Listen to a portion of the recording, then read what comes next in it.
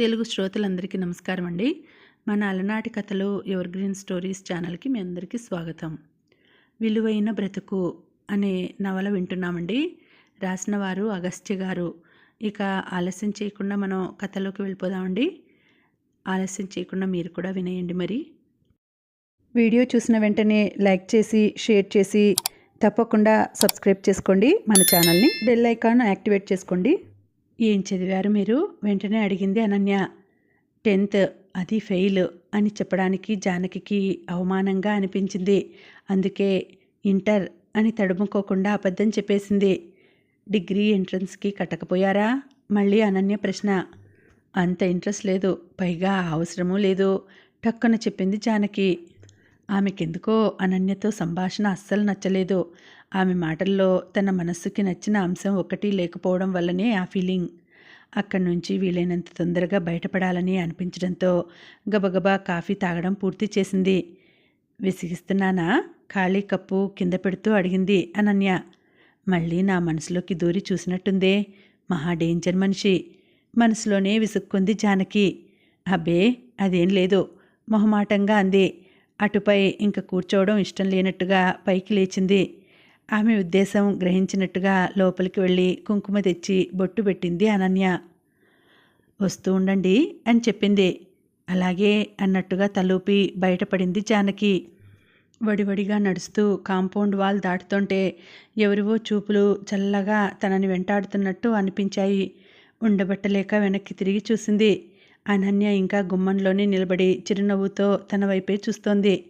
జానకి వెనక్కి తిరిగి చూడగానే చెయ్యి ఊపింది. అసంకల్పితంగానే బదులిచ్చింది జానకి. ముందుకు నడుస్తోందన్న మాటే గాని ప్రతిక్షణం అనన్య చూపులే గుర్తుకొస్తున్నాయి. అవి అలా గుర్తొచ్చిన కొద్దీ మనసు ఆహ్లాద పవనాలతో నిండిన భావన కలుగుతోంది. ఇంకా ఎటు వెళ్ళబుద్ధి కాక తిన్నగా ఇంటికి చేరుకుంది. కాసేపు అనన్యతో గడిపిన ప్రభావమో ఏమో మనసు నిండా ఒక రకమైన ప్రశాంతత నిండిపోయింది. ఆ ప్రశాంతత వల్లే ఆ రాత్రి ఎలాంటి దిగులు లేకుండా హాయిగా నిద్రపోయింది జానకి. ఆ రోజు మాట్లాడుతుండగా మధ్యలోనే లేచి వెళ్ళిన మధుకర్ 4 రోజులు గడిచినా మళ్ళీ జానకి కంటపడలేదు. అతనికి బదులుగా ఆ పోస్ట్లో శ్రీరామ్ వస్తున్నాడో. అసలు మధుకర్ ఏమైపోయాడో తెలీదు. అతన్ని గురించి ఎవరిని ఆరా తీయాలో జానకికి అర్థం కాలేదు. అక్కడికి ఇన్ఫర్మేషన్ ఇవ్వగలరు అనిపించిన ప్రతి ఒక్కరిని లోపాయికారిగా అడిగింది, ఆరా తీసింది. ఇంకో బ్రాంచ్కి వెళ్ళాడో అని, ఆ మధ్య మానేయాలని ఉందన్నాడో, రిజైన్ చేశాడో ఏమో అని, లీవ్లో ఉన్నట్టున్నాడో అని, వాళ్ళ తాతగారు ఎవరికో ఒంట్లో బాగాలేదన్నాడో, ఊరికి వెళ్ళుంటాడో అని ఒక్కొక్కళ్ళు ఒక్కొక్క సమాధానం చెప్పారు. వాటిలో దేన్ని నమ్మాలో ఆమెకి అర్థం కాలేదు. ఇక ఏమైతే అదవుతుందని సరాసరి ప్లాంట్ మేనేజర్ దగ్గరికే వెళ్ళి అతన్ని అడిగింది. మధుసారి ఏమయ్యారు అని. అలా అడిగిన ఆమె వైపు ఎగాదిగా చూశాడతను. మధుతో నీకేం పని? అదోలా నవ్వుతూ అడిగాడు. ఏం చెప్పాలో తెలియలేదు. అయోమయంగా దిక్కులు చూసింది. ముందు అతనితో పనేమిటో చెప్పు, ఆ తర్వాత మధు ఏమయ్యాడో ఎక్కడికి వెళ్ళాడో చెప్తాను అన్నాడు. అతని ప్రశ్నకి జవాబు చెప్పడం తన వల్ల కాదనిపించి అక్కడి నుంచి వచ్చేసింది. హృదయం మొత్తం బాధతో నిండిపోయింది. దిగులుగా అనిపించింది. ఎలాగో సాయంత్రం వరకు గడిపింది. ఇంటికి వచ్చిన తర్వాత కూడా ఏ పని చేయబుద్ధి కాలేదు. వచ్చి మంచం మీద వాలిపోయింది. ఆ క్షణం నుంచే ఒళ్ళెరగనంతటి జ్వరం ఆమెని చుట్టుముట్టింది. తనెలా ఉందో తనకే తెలియని అలాంటి పరిస్థితుల్లో సైతం ఆమెలో మధుకర్కి సంబంధించిన ఆలోచనలే. అతను వచ్చినట్టు, తన నుదుటి మీద చెయ్యేసి చూసినట్టు, జానకి ఏమైంది, ఏమిటలా ఉన్నావు అని ఆందోళనగా అడిగినట్టు తీయని ఊహలు, రంగురంగుల కలల్లోనే అతన్ని కంటి నిండుగా చూసుకుంది. అలా చూసుకుంటూ మధు మధు అంటూ పలవరించిందే తప్ప ఇంకేమీ చెప్పలేకపోయింది. మది నిండా ఏవేవో భావాలు ఉక్కిరిబిక్కిరిగా ఉన్నాయి. పెదవి దాటి ఏ ఒక్కటి బయటికి రావట్లేదు. కళ్ళల్లోంచి కన్నీళ్లు మాత్రం వద్దన్నా వచ్చేస్తున్నాయి. వెచ్చగా చెంపల్ని స్పృశిస్తూ జారిపోతున్నాయి. ఇంతలో ఎవరిదో చల్లని చెయ్యి చెంపల మీద జారుతున్న కన్నీటిని తుడిచింది. ఆ స్పర్శ మధుకర్దే అయ్యుంటుందన్న భ్రమలో చటుక్కున ఆ చేతిని గట్టిగా పట్టుకుంది. మధు ఆర్తిగా పిలిచింది. జవాబు రాలేదు. పిలిచినా పలకకపోవడం అతనికి అలవాటే అన్న నిజం గుర్తొచ్చింది. బరువుగా ఉన్న కన్రెప్పల్ని అతి కష్టం మీద ఎత్తి చూసింది. ఎదురుగా మసకగా ఏదో రూపం ఎవరిదో గుర్తుపట్టడం ఆమెకి కష్టమైంది. మంటగా అనిపిస్తే ఇక చూడలేక కళ్ళు మూసుకుంది. ఆ తర్వాత ఏం జరిగిందో ఆమెకి తెలీదు. ముందు ఘాటుగా స్పిరిట్ వాసన నాసికా పుటాల్ని సోకింది. ఆ తర్వాత జబ్బం మీద చురుక్కుమంది. బరువుగా కళ్ళు తెరిచి చూసిన జానకికి ఇంజెక్షన్ ఇచ్చి వెళ్ళిపోతున్న నర్స్ కనిపించింది. ఆ వెంటనే హమ్మయ్యా, స్పృహలోకి వచ్చావా తల్లి అన్న మాటలు వినిపిస్తే ఆ గొంతుని గుర్తుపట్టి అటు చూసింది. రష్మి మంచానికి ఓ చివరగా ఉన్న స్టూల్ మీద నుంచి లేచి దగ్గరగా వచ్చింది. నీ గురించి ఎంత కంగారు పడ్డామో తెలుసా? కళ్ళు పెద్దవి చేసి గుండెల మీద చేతులేసుకుంటూ అంది. ఎందుకని? అసలు ఏమైంది నాకు? హాస్పిటల్కి ఎందుకు తీసుకొచ్చారు నన్ను? ప్రశ్న మీద ప్రశ్నగా అడిగేసింది. ఆ గొంతు నూతిలోంచి వచ్చినట్టే ఉంది. జ్వరం ఎక్కువైంది. అసలు ఒంటి మీద స్పృహే లేదు నీకు. 2 రోజులైంది నిన్నిక్కడ పెట్టి. మందులు, ఇంజెక్షన్లు, సెలైన్లు ఒకటనేమిటి నానా హడావిడీను. బావ ఎంత కంగారు పడ్డాడో పాపం. నిన్ననైతే ఏకంగా ఏడ్చేశాడు తెలుసా? ఆమె స్పృహలో లేనప్పుడు జరిగిందంతా పూస గుచ్చినట్టు చెప్పుకుపోతోంది రష్మి. జానకికి వినాలనిపించలేదు. ఇంతకీ మీ బావేడి అడిగింది. మీ అమ్మా నాన్నలకి వాళ్ళమ్మా నాన్నలకి ఫోన్ చేసి వస్తానని వెళ్ళాడు చెప్పింది. అయితే అంతా వస్తారన్నమాట మనసులోనే అనుకుంటూ కళ్ళు మూసుకుంది. నిన్నోసారి చూద్దామని మీ ఇంటికొచ్చాను. ఎవరూ లేరు. ఇంటికి తాళం వేసింది.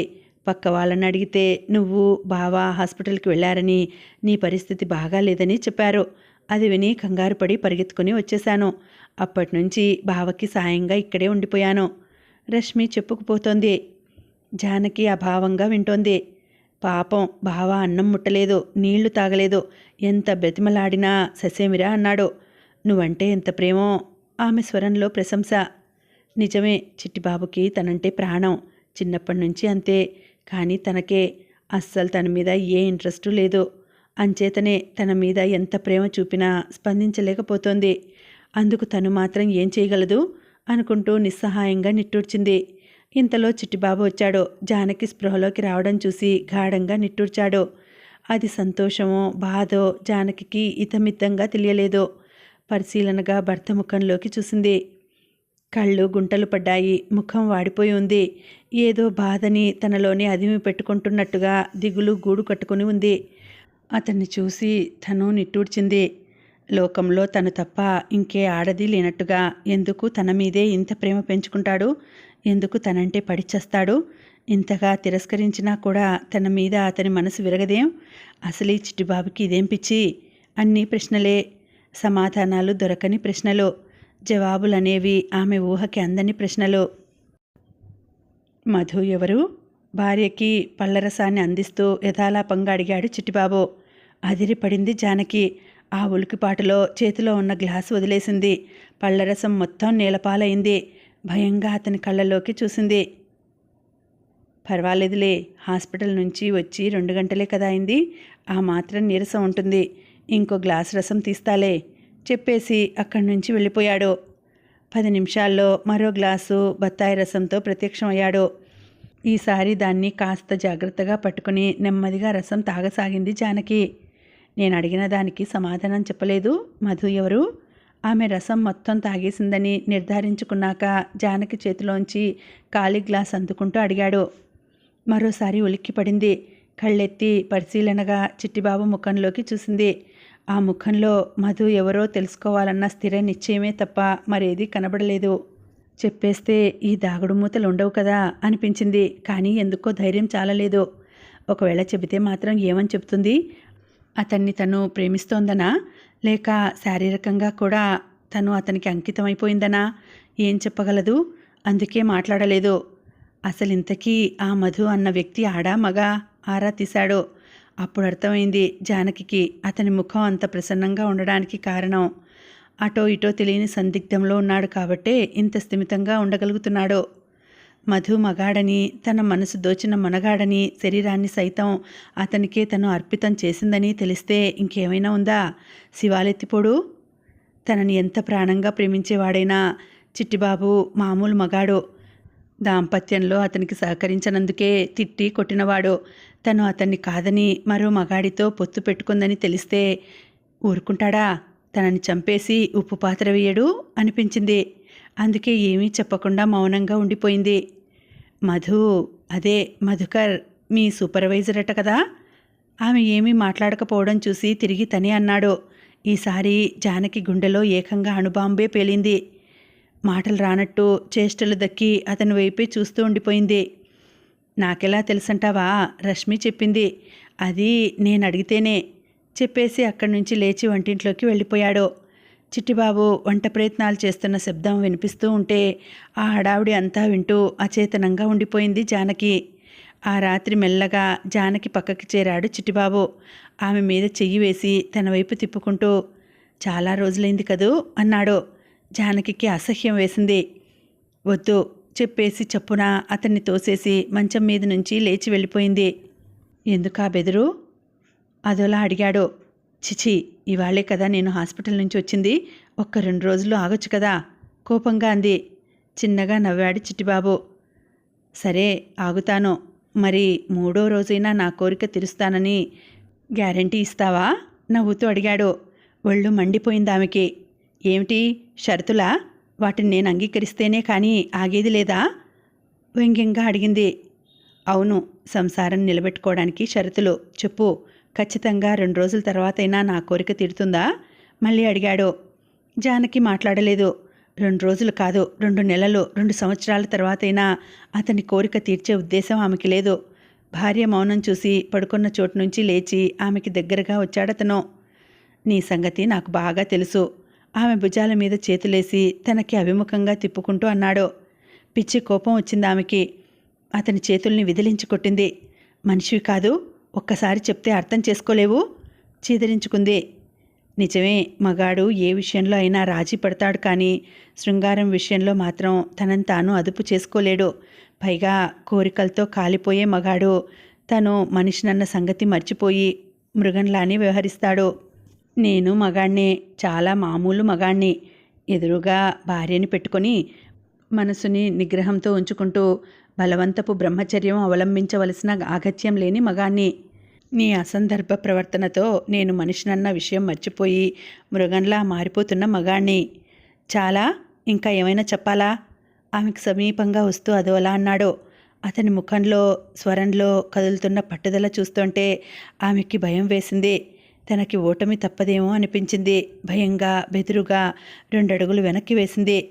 చిట్టిబాబు ఆగలేదు. వేగంగా వచ్చి ఆమెని ఒడిసి పట్టుకొని ఎత్తి మంచం మీద పడేశాడు. ఆ విసురులోనే తెలిసింది అతనెంత పంతంతో ఉన్నాడో. నడుము కలుక్కుమనడంతో లేచే ఓపిక కూడా లేనట్టు నిస్సహాయంగా ఉండిపోయింది. ఆకలిగొన్న పులిలా భర్త మీదికి వస్తుంటే ఆమెకి ఏడుపొచ్చింది. నీకు దండం పెడతాను, నన్ను ముట్టుకోకు, చేతులు జోడించి నిస్సహాయంగా అర్థించింది. అది చూసి అదోలా నవ్వాడు చిట్టిబాబు. ఇది ఓ కన్నెపిల్ల తన శీలాన్ని రక్షించుకునే సందర్భంలో అనాల్సిన మాట గాని, కట్టుకున్న పెళ్ళాం తన మొగుడితో చెప్పాల్సిన డైలాగ్ కాదు వ్యంగ్యంగా అన్నాడు. నువ్వంటే నాకిష్టం లేదు, దయచేసి నన్ను ముట్టుకోకు ఏడుస్తూనే అంది. ఇది పాతపాటే, అంచేత ఆగేది లేదు ఖచ్చితంగా చెప్పేశాడు. ఏం చేయాలో జానకికి అర్థం కాలేదు. తను చేయవలసింది చేసి తీర్తానన్నట్టుగా చిట్టిబాబు ప్రవర్తిస్తుంటే అతని స్పర్శతో ఆమెకి ఒంటి మీద తేళ్ళు జర్రులు పాకుతున్నాయి. తను శవంగా మారినా సరే తనతో సుఖమే ముఖ్యం అన్నట్టుగా వ్యవహరిస్తున్న భర్తని చూస్తుంటే మనసులో ఏదో కసి, అతన్ని నిలువునా అక్కడికక్కడే చంపేయాలన్నంత కోపం. అది అలా అలా పెరిగి పెరిగి పిచ్చి బలంలా మారింది. తత్ఫలితమే జానకి తోసిన తోపికి చిట్టిబాబు ఎగిరి మంచం మీంచి కింద పడ్డాడు. తను యథాలాపంగా విదిలించి కొడితేనే ఎగిరి అల్లంత దూరాన పడే జానకికి అంత బలం ఎలా వచ్చిందో అతనికి అర్థం కాలేదు. నెవ్వరబోయి నిలువు గుడ్లేసుకొని తన వైపే చూస్తున్న అతన్ని చూసి ఆడపులిలా లేచింది. నా ఒంటి మీద చెయ్యేశావంటే చంపేస్తాను అరిచింది. నేను నీ మొగుణ్ణి, నీ మీద నాకు సర్వ హక్కులు ఉన్నాయి టక్కున అన్నాడు. అప్పుడు బద్దలైంది ఆమెలో రగులుతున్న అగ్నిపర్వతం. కాదు, మంగళసూత్రం కట్టినంత మాత్రాన మొగుడివైపోవు. నీ మీద నాకసలు మనసే లేదు. నీ సమక్షంలో నా హృదయం స్పందించదు. ఏ క్షణంలో మధుకర్ని నేను చూశానో, ఏ క్షణంలో అతను నన్ను తాకాడో, ఆ క్షణం నుంచే ఈ తనువు, మనసు ఇవన్నీ మధుకర్వే అయిపోయాయి. వీటి మీద అతనికి అన్ని హక్కులు ఉన్నాయి. అతనిదైన ఈ శరీరాన్ని తాకే హక్కు నీకు లేనే లేదు. పో ఇక్కడి నుంచి, వెళ్ళిపో. ఆవేశంలో ఒళ్ళు మర్చిపోయి జానకి అరిచేస్తుంటే అసలు నిజం విన్న చిట్టిబాబు నోట మాట రానట్టుగా నిశ్చేష్టుడైపోయాడు. వినరానిది విన్నందుకు ఆకాశం విరిగి అతని నెత్తిన పడలేదు. భూమి రెండుగా చీలిపోయి అతను అందులో కూరుకుపోలేదు. ఏదో జరుగుతోంది అనుకున్నాడే కానీ అంతా జరిగిపోయి ఉంటుందని అతను అస్సలు ఊహించలేదు. ఊహించి ఉంటే ఎలా అయినా జానకి గుండెల్లో ఉన్న రహస్యాన్ని బయటికి కక్కించాలన్న ప్రయత్నమే చేసి ఉండేవాడు కాదు. తీరా ఇప్పుడు ప్రయత్నం సఫలమై రహస్యం బయటపడేసరికి అతని మనసు ముక్కలైపోయింది. ఇన్నాళ్ళు జానకికి తనంటే ఇష్టం లేదని, ప్రస్తుతానికి అయిష్టత ప్రదర్శించినా ఒకప్పుడు పట్టుపరికిని బ్రాస్లెట్ల విషయంలో వ్యవహరించినట్టే ఎప్పటికైనా తిరిగి తనని ఇష్టపడుతుందని ఆశించాడు. కానీ తన మీద ఉన్న అయిష్టతలో మరో మగాడితో శారీరక సంబంధం పెట్టుకునేంతకి తెగిస్తుందనుకోలేదు. అనుకోనిది ఎదురయ్యేసరికి ఎందుకో బాధగా అనిపించింది. విలవిల్లాడాడు. ఆ బాధ అలా అలా పెరిగి కసిగా మారింది. అంతే, ఇక ఆలోచించలేదు. అపర కాళిలా నిలబడిన జానకిని జుట్టుపట్టి అమాంతం కిందకి నెట్టాడు. అసలు విషయం తెలియక నువ్వు బతకాలని కోరుకున్నాను. లేదంటే అప్పుడే నీకేదో ఇంజెక్షనో మందు బిల్లో ఇచ్చి చంపేయమనేవాణ్ణి. నీకు ఒళ్ళు కొవ్వెక్కిందే. నిన్ను చంపేస్తాను, నరికేస్తాను. నువ్వు ఇవాళ నా చేతిలో చావాల్సిందే. ఆవేశంతో ఊగిపోతూ జానకిని ఇష్టం వచ్చినట్టు తిట్టాడు. కసిదీరా కొట్టాడు కూడా. కొట్టి కొట్టి అలసిపోయినట్టుగా తలుపు తీసుకుని గదిలోంచి అవతలికి వెళ్ళిపోయాడు. జానకికి అప్పటికే స్పృహ తప్పింది. తలంతా సూదులతో గుచ్చుతున్నట్టు, సుత్తులతో మోదుతున్నట్టు అనిపిస్తుంటే భారంగా కళ్ళు విప్పి చూసింది జానకి. ఇల్లంతా నిశ్శబ్దంగా ఉంది. రాత్రి చిట్టిబాబు కొట్టిన దెబ్బలకి ఒళ్ళంతా పచ్చి పుండులా తయారైంది. అతి ప్రయత్నం మీద పడుకున్న చోటు నుంచి లేవడానికి ప్రయత్నిస్తుంటే నడుము కలుక్కుమంది. అలాగే లేచి వెళ్ళి దినచర్య ముగించుకొని వచ్చి సోఫాలో కూర్చోబోతుంటే బయట ఆటో ఆగిన చప్పుడైంది. తల తిప్పి చూసింది. తన తల్లి తండ్రి, అతని తల్లి తండ్రి, పిల్లలు వస్తూ కనిపించారు. వాళ్ళందరి వెనుక చిట్టిబాబు. స్టేషన్లో ట్రైన్ దిగగానే ఏ కరువు పెట్టాడో దారిలోనే చెప్పాడో తెలియదు కానీ పెద్దాళ్ళందరి ముఖాలు ఆందోళన కలిసిన గాంభీర్యంతో అదోలా ఉన్నాయి. ఎదురెళ్ళి వాళ్ళని ఆహ్వానించాలనిపించక అలాగే చూస్తూ ఉండిపోయింది జానకి. అందరూ లోపలికొచ్చారు. ఎవరి పనులు వాళ్ళు పూర్తి చేసుకున్నారు. ఇల్లు మొత్తం మీద అందరూ తిరుగుతున్నా ఏ ఒక్కళ్ళకి పక్క వాళ్లతో మాటల్లేవు. అదంతా ప్రళయం ముందరి ప్రశాంతత అని జానకికి తెలియకనే తెలుస్తోంది. ఆమె ఊహించిన ప్రళయం మరో గంట తర్వాత వచ్చింది. అది కూడా చిట్టిబాబు నుంచే. కాసేపటి తర్వాత చనువుగా తల్లి దగ్గరికి రాబోతున్న పిల్లలిద్దరినీ చిట్టిబాబు అడ్డుకున్నాడు. మీ అమ్మ దగ్గరికి వెళ్ళకండిరా. ఎందుకంటే రేపో మాపో మీ మమ్మీ ఇంకొకటితో లేచిపోబోతోంది అన్నాడు. జానకి గుండె బగ్గుమంది.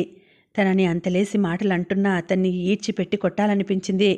కానీ ఆ పని ధైర్యంగా చేయలేకపోయింది. అనవసరంగా గొడవ లేవదీయడం ఎందుకన్న ఉద్దేశంతో. చిట్టిబాబు అక్కడితో ఆగలేదు. మీ మమ్మీ ఉంచుకున్నవాణ్ణి మీరు ఏమని పిలుస్తారా? అంకుల్ అనా, డాడీ అనా? మళ్ళీ అతనే అన్నాడు. చిట్టిబాబు అంటున్నదేమిటో అర్థం కాక తెల్లమొహం వేసుకుని తల్లిని తండ్రిని మార్చి మార్చి చూడసాగారు పిల్లలు. పెద్దాళ్ళందరికీ ముఖాలు మాడిపోయాయి. పోనీ నువ్వు చెప్పవే జానకి, నువ్వు ఉంచుకోబోయేవాణ్ణి వీళ్ళు ఏమని పిలవాలో? భార్య ముఖంలోకి చూస్తూ అడిగాడు. అప్పటికే అతని ముఖంలో శాడిజం స్పష్టంగా కనిపిస్తోంది. అది అతని అసమర్థత మీద ఏర్పడిన కసో లేక తను మరొకరిని ఇష్టపడుతోందన్న నిజం జీర్ణం కాకపోవడం వలన ఏర్పడిన ఈర్ష్యో ఆమెకి అంతుపట్టలేదు. అది సరే, ఇంతకీ నాకు సందేహం. వాడు నిన్ను ఒకసారి వాడుకొని వదిలేశాడా లేక ఇంకా వాడుకుంటూనే ఉన్నాడా? అసలు ఇంతకీ నీ మీద నాకు మోజుంది, నిన్ను వాడుకుంటాను అన్నాడా? లేక నీ మొగుడిని వదిలేసి వచ్చేయి, నేను నిన్ను ఉంచుకుంటాను అన్నాడా? చిట్టిబాబు కచ్చగా పిచ్చి పిచ్చిగా అలా నోటికి వచ్చినట్టు పచ్చిగా వాగుతుంటే జానకి ఇక వినలేకపోయింది. వాడు ఏమంటే నీకెందుకు, ఏం చేస్తే నీకెందుకు? అసలు వాడి గురించి ఆరాలు తీయడానికి నువ్వెవరివి? తోక తొక్కిన తాచులా లేచి కంఠనాళాలు చిట్లిపోయేలా అరిచేసింది. అప్పుడు లేచాడు బ్రహ్మాజీ. ఈడ్చిపెట్టి కూతురి చెంప పగలగొట్టాడు. వాడు ఎవడా? నీ మొగుడే పల్లబిగోన అన్నాడు. అసలు నీకిదేం పోయే కాలమే? శుభ్రంగా మొగుడితో కాపురం చేసుకుంటూ పిల్లల్ని చూసుకోక నీకు వాడు వీడు కావలసొచ్చాడా? ఇదేం బుద్ధే నీకు? దండకం అందుకుంది సుభద్ర. నాశనమైపోయే రోజులొస్తే ఇలాంటి బుద్ధిలే పుడతాయి. దీనికి ఒళ్ళు బాగా కొవ్వెక్కింది. 4 తగిలిస్తే అప్పుడు చచ్చినట్టు దారిలోకొస్తుంది. కూతురు వైపు కొరకొరా చూస్తూ కోపంగా అరిచేసింది శాంత. ఇంటి పరువు మర్యాద ఏం కావాలని నువ్విలా ప్రవర్తిస్తున్నావు? నీ అంతటా నువ్వు నీకు తోచింది చేసేయడమే తప్ప వెనక వాళ్ళ గురించి ఆలోచించవలసిన పనేం లేదా? ఇక మీకు ఈ ఊరు వద్దు, ఉద్యోగాలు వద్దు. జరిగిందేదో జరిగిపోయింది. ఊరికి వెళ్ళిపోదాం. సామానంతా సర్దండి గంభీరంగా అన్నాడు జగన్నాథం. ఇంత జరిగాక కూడా ఇంకా చిట్టిబాబు తనని ఎందుకు కోరుకుంటున్నాడో జానకికి అర్థం కాలేదు. అతనికి తనపై చిన్నప్పటి నుంచి ఏర్పడిన ప్రేమ ప్రస్తుతం తనకి మధుకర్ పట్ల పుట్టిన పిచ్చి ఇష్టం లాంటిదే అన్న సత్యం అసలే వంటబట్టలేదు. అందుకే ఏదేమైనా తనకి అనవసరం. తనిక భర్తతో కలిసి ఉండడం అనేది మాత్రం జరగదు. ఇప్పుడే ఇంతింత మాటలు అన్నవాడు రేపు మాత్రం అనడని నమ్మకం ఏమిటి? అనుక్షణం మాటలతో తనని పొడిచి పొడిచి చంపడన్న గ్యారంటీ ఏమిటి? నిజమే, అయిందేదో అయిపోయింది. ఆనందం కోసం తనేదో చేసింది. అది అతనికి తెలిసిపోయింది. ఇక నుంచి తనతో గడిపే ప్రతి క్షణం ఆ నిజం అతన్ని ముళ్ళులా పొడుస్తూనే ఉంటుంది. ఆ బాధలో అతను తనని ఇంకా ఇంకా హింసించవచ్చు. అందుకే ఇక తనకి చిట్టిబాబుకి సఖ్యత కుదరదుగాక కుదరదు. ఆ మాటే అక్కడ ఉన్న పెద్దలందరి ఎదుట నిర్భయంగా చెప్పేసింది. జానకి నిర్ణయం విని నిర్ఘాంతపోయారంతా. నీకిదేం పాడుబుద్దే? శాంత మొత్తుకుంది. తొందరపాటు నిర్ణయాలు తీసుకుంటే వాటి కారణంగా ఆనక ఏడవాల్సింది కూడా నువ్వే. మరోసారి ఆలోచించుకో. అనుభవంతోనూ పెద్దరికంతోనూ నచ్చచెప్పజూశాడు జగన్నాథం. ఏమిటి దాన్ని బ్రతిమలాడేది? కాళ్ళు చేతులు విరగ్గొట్టి సామాన్ల లారీలో పడేస్తే ఇంటి దగ్గర దింపుకోవచ్చు. పళ్ళు నూరుతూ అన్నాడు బ్రహ్మాజీ. ఒకప్పుడు ఆస్తి కోసం కూతుర్ని పెళ్లికి ఒప్పించాడు. ఇప్పుడు తన పెద్దల్లుడిగా బావమరిది అండదండలు చేజారిపోకుండా ఉండడం కోసం కూతుర్ని అతనితో కలిపి ఉంచేందుకు ప్రయత్నిస్తున్నాడు. అతను ప్రతిసారి జానకి విషయంలో తన స్వలాభమే చూసుకుంటున్నాడు. అసలు ఈ పెళ్లి ఏ ముహూర్తాన చేశామో కానీ ఇది జరిగిన క్షణం నుంచి 2 కుటుంబాలు దగ్గర కావడం మాట దేవుడెరుగు. లేనిపోని గొడవలతో ఇంకా ఇంకా దూరం అయిపోతున్నాయి. ఇదెక్కడి ప్రారంధమే తల్లి? శాంతని దగ్గరికి తీసుకుని శోకాలు పెట్టడం ప్రారంభించింది సుభద్ర. చిట్టిబాబు ఏమీ మాట్లాడలేదు. జరుగుతున్న గొడవనంతా పిల్లలు బిత్రపోయి చూస్తున్నారు. తల్లి ఏడుపులు కానీ, తండ్రి బెదిరింపులు కానీ, అమ్మమ్మ తాతయ్యల అనునయ వాక్యాలు కానీ, శోకాలు కానీ, ఆఖరికి తన కడుపున పుట్టిన పిల్లల అమాయకపు మొహాలు కానీ ఏవీ జానకిని కదిలించలేకపోయాయి. ఎవరెన్ని చెప్పినా చివరికి జానకి మాత్రం ఒకటే అంది. అసలు మొదటి నుంచి నాకు చిట్టిబాబు మీద ఇష్టం లేదు. ఆ మాటే ఇప్పుడు చెప్తున్నాను. నాకు అతను వద్దు. నేను అతనితో కలిసి ఉండడం సర్వకల్లా అని. చెప్పిన మాటే మళ్ళీ మళ్ళీ చెప్పడానికి జానకికి విసుగనిపిస్తే ఆమె చెప్పింది విని విని చిట్టిబాబుకి కూడా విసుగొచ్చింది. ఇక ఆగ్రహం పట్టలేకపోయాడు. ఏమిటే నీ పొగరు? కట్టుకున్న మొగుణ్ణి ఇంతగా అడుగుతున్నా, నువ్వు ఇంకొకరిని ఇష్టపడుతున్నావని తెలిసి కూడా నిన్ను ఏలుకుంటానని చెబుతూ ఉన్నా మళ్ళీ మళ్ళీ కాదంటావేం? నిజంగానే నీకు ఒళ్ళు బలిసింది. ఇదిగో ఇప్పుడే చెప్తున్నాను విను.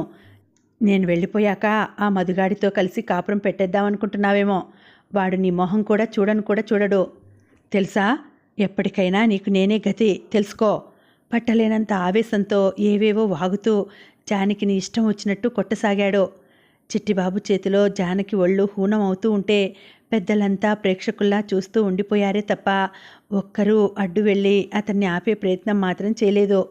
వాళ్ల దృష్టిలో భర్తని కాదనడమే ఆమె చేసిన ఘోర తప్పిదం. దానికి శిక్షణ అనుభవించి తీరాల్సిందే అన్నది వాళ్ళ అభిప్రాయం. కానీ జానకి అభిప్రాయం వేరే ఉంది. తన జీవితం తన ఇష్టం. దాన్ని నచ్చినట్టు అనుభవించే హక్కు తనకి ఉంది. కాదనడానికి వాళ్ళెవరు అని. అందుకే భర్త కొడుతుంటే జానకి ఒక దెబ్బ పడింది. 2 దెబ్బల్ని సహించింది. 4 దెబ్బల్ని ఓర్చుకుంది. ఇక 5వసారి ఆగలేక తిరగబడింది. బలమంతా ఉపయోగించి చిట్టిబాబుని ఒక్క తోపు తోసి వంటింట్లోకి పరిగెత్తింది. పెద్ద చాకు అందుకొని అపరకాళిలా తిరిగొచ్చింది. అడుగు ముందుకేసినా నా ఒంటి మీద ఇంకొక దెబ్బ పడినా నిలువునా నరికేస్తాను. ఉరిమి చూస్తూ అరిచింది. చిట్టిబాబు ఎక్కడివాడు అక్కడే ఆగిపోయాడు. పెద్దవాళ్లంతా అప్రతిభులై చూస్తూ ఉండిపోయారు. అప్పుడు మొదలెట్టింది జానకి మాట్లాడ్డాం. అసలు నా గురించి ఏమనుకుంటున్నారు మీరంతా? మీరెలా ఆడిస్తే అలా ఆడే తోలుబొమ్మని కాదు నేను. మనసున్న మనిషిని. మీరు కొట్టినా తిట్టినా పడుండి మీరు ఏం చెబితే అది చేసే బానిసని కాదు. ఉప్పు కారం తింటూ నాకంటూ కొన్ని కోరికలు ఉన్నదాన్ని. అసలు మీ అందరికీ ఏళ్ళొచ్చాయి. కానీ ఎందుకు? పేరుకే అవి. బుద్ధులు మాత్రం ఎదగలేదు. చిన్నప్పటి నుంచి మీరంతా నన్ను ఎలా చెబితే అలా వినే ఆడపిల్లలా, ఓ మరబొమ్మలా చూశారే తప్ప నాకు ఓ మనసనేది ఉందని గుర్తించారా? లేదు. మీ స్వార్థాల కోసం నన్ను చిట్టిబాబుకి ఇచ్చి బలవంతంగా కట్టబెట్టారే తప్ప ఇష్టం లేదని ఎంత చెప్పినా వినిపించుకున్నారా? లేదు. నా దారిన నన్ను వదిలేయండి, చిట్టిబాబుతో కలిసి కాపురం చేయడానికి నా మనసు అంగీకరించట్లేదు మొర్రో అని మొత్తుకున్నా విన్నారా? లేదు. మీ ఆలోచనలే మీవి, మీ ధ్యాసే మీది, మీ ఉద్దేశాలే మీవి. మీకు నాతో, నా అభిప్రాయాలతో, నా మనసుతో అస్సలు పనే లేదు. ఏదైనా అంటే తిట్టేవారు. నా అభిప్రాయం ఇది అని చెబితే ఇదిగో ఇలా పశువుని బాదినట్టు బాధేవారు. ఎంతసేపు మీరు చెప్పింది విని మీ అభిప్రాయానికి నేను తల వంచాలి. నా ఇష్టాలన్నింటినీ చంపేసుకోవాలి తప్ప నా గురించి మీరెవరూ పట్టించుకోరు. ఏం చెప్పినా, ఎంతలా చెప్పినా పదే పదే నాకు ఇష్టం లేని పనులన్నీ నా చేత బలవంతంగా చేయించి నా మనసును బండరాయిగా మార్చేశారే తప్ప నన్ను మనిషిగా చూసి నా అభిప్రాయాన్ని గుర్తించలేదు. అలాంటి మిమ్మల్ని ఇప్పుడు నేనెందుకు గౌరవించాలి? మీ సలహాల్ని నేనెందుకు వినాలి? మీరు చెప్పిన వాటిని నేనెందుకు ఆచరించాలి? నేను దారి తప్పాను నిజమే, కానీ దాని వెనుక గల బలమైన కారణం మీ ప్రవర్తనే అని మీరెందుకు ఆలోచించరు? నాకు మరో మగాడి మీదకి మనసు పోయింది, అందుకు మీ మూర్ఖత్వమే కారణమని ఎందుకు ఒప్పుకోరు? ఒక పెళ్ళైన ఆడది మొగుణ్ణి పిల్లల్ని వదిలేసి మరో మగాడిని కోరుకుందంటే అది మరొకడితో తిరుగుతోందనో లేచిపోయిందనో తేలిగ్గా అనేస్తారే తప్ప ఆమె ఆ విధంగా చేయడానికి వెనుక ఎందరు పెద్దల మూర్ఖత్వం ఉందో ఎందుకు ఆలోచించరు? బలవంతంగా మనసు లేని మనువు చేసి 3 ముళ్ళు 7 అడుగులు వివాహ బంధము సాంప్రదాయము అంటూ కబుర్లు చెప్పి ఆమెని మభ్యపెట్టి ఏదో ఓ సందర్భంలో అడ్డదారులు తొక్కి తీరాలన్న బలమైన కోరికని ఆమెలో కలిగించే బదులు అసలు ఆడదానికి ఆ పెళ్లి చేయడం మానరెందుకు? ఎవరి స్వార్థం వాళ్ళు చూసుకోవాలి. ఆ ఆటలో ఆడపిల్ల ఓ పావు కావాలి. ఎవరి కోరికలు వాళ్ళకి తీరిపోవాలి. అందుకు ఉపయోగపడే ఆడది మాత్రం తన మనసుని చంపేసుకోవాలి. ఆడది అందరికీ అవసరమే, కానీ ఆ ఆడదాని అవసరాలు మాత్రం ఎవరికీ పట్టవు. పెళ్ళైన 25 ఏళ్ల తర్వాతైనా నువ్వు నాకు నచ్చలేదు అంటూ ఆ భార్యని వదిలేసి మగాడు మరో పెళ్లి చేసుకున్నా లేదా మరో ఆడదానితో రెండో ఇల్లు పెట్టినా అది తప్పు కాదు, న్యాయమే. అదే పని ఆడది చేస్తే అది తప్పు. ఆడదాని పట్ల మగాడు ఎలా అయినా ప్రవర్తించవచ్చు, అది వాడి హక్కు. కానీ ఆడది మాత్రం అలా ప్రవర్తించడానికి ససేమిరా వీల్లేదు. ఆడదానికో న్యాయం, మగాడికి మరో న్యాయం. ఆడ కోరికలు దుఃఖానికి హేతువులు. అవి ఎప్పటికీ తీరవు. పెద్దాళ్ళు వాటిని తీర్చడానికి కూడా ప్రయత్నించరు. అవే మగాడి కోరికలైతే సంతోషానికి రాచబాటలు.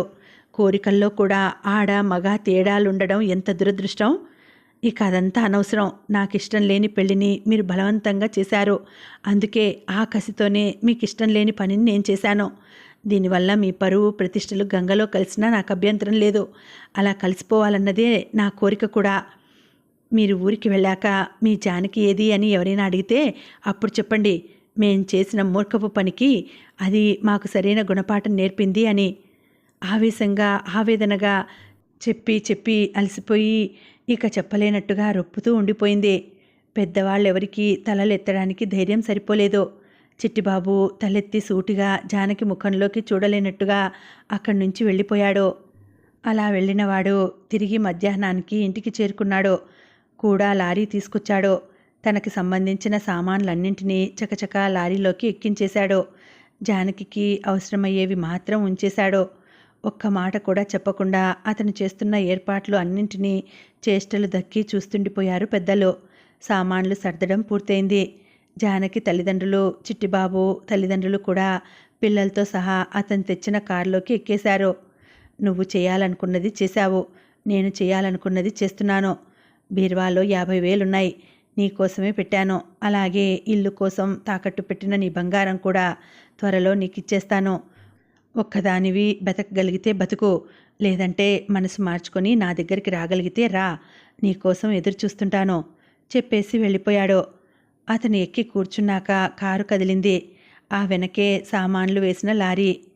కనుమరుగయ్యే వరకు వాటిని అలాగే చూస్తూ ఉండిపోయింది జానకి. అవి దృష్టిపథంలోంచి మాయమవగానే తిరిగి ఈ లోకంలోకి వచ్చింది. తల తిప్పి చూస్తే ఇల్లు సగం ఖాళీ.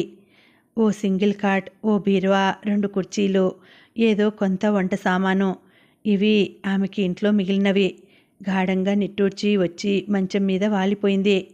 చిట్టిబాబు, తల్లిదండ్రులు, అత్తమామలు, పిల్లలు అందరూ తనని వదిలి వెళ్ళిపోయారని తెలిసినా ఆ నిజం ఆమెని పెద్దగా బాధించలేదు. పైపెచ్చు ఒకంత ఆనందంగా కూడా అనిపించింది. అది ఇక నుంచి తనకిష్టం లేనివి, తనని బాధించేవి అయిన విషయాలు మున్ముందు ఉండబోవన్న సంతోషం. కథ కొనసాగుతుంది. మళ్ళీ వచ్చే వీడియోలో తర్వాతి భాగం వినేద్దామండి. అంతవరకు శుభరాత్రి. నమస్తే.